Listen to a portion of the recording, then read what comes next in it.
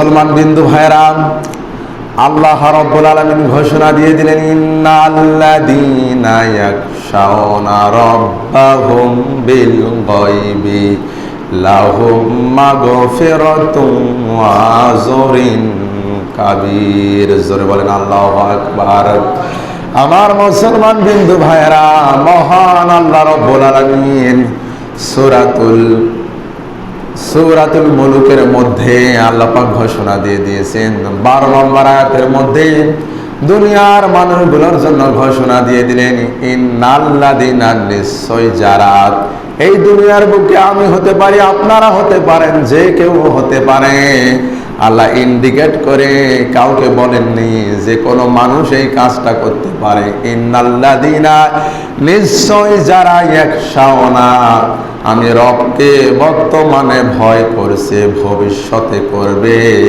ইয়াখশাউনা রাব্বাহুম বিল গায়বি, না দেখে রবকে যারা ভয় করবে, অর্থাৎ আদৃশ্যের প্রতি ঈমান যারা আনবে।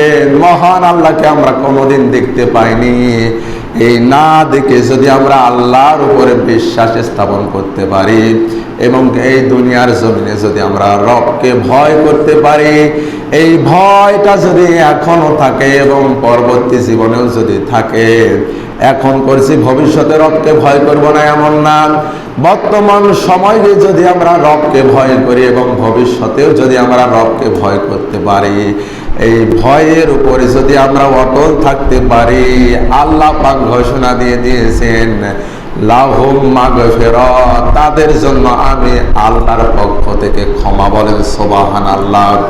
লাহুম মাগফিরাতু ওয়া আজরুন কাবীর, এবং তাদের জন্য আমি আল্লাহর নিকটে রয়েছে মহা পুরস্কার। বলেন সুবহানাল্লাহ।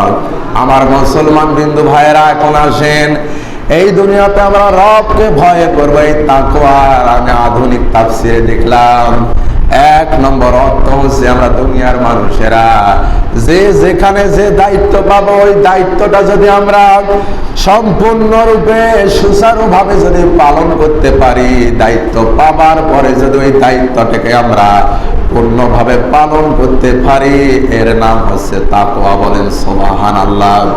2 নম্বরে তাকওয়ার ব্যাখ্যায় দেখলাম, এই দুনিয়াতে যত প্রকার অশ্লীল কাজ রয়েছে, অশ্লীল কাজগুলোকে আমরা ছেড়ে দিব, শুধু তাই না, ঘৃণা করে যদি ছেড়ে দিতে পারি, ছেড়ে দেওয়ার নাম হচ্ছে তাকওয়া। বলেন সুবহানাল্লাহ।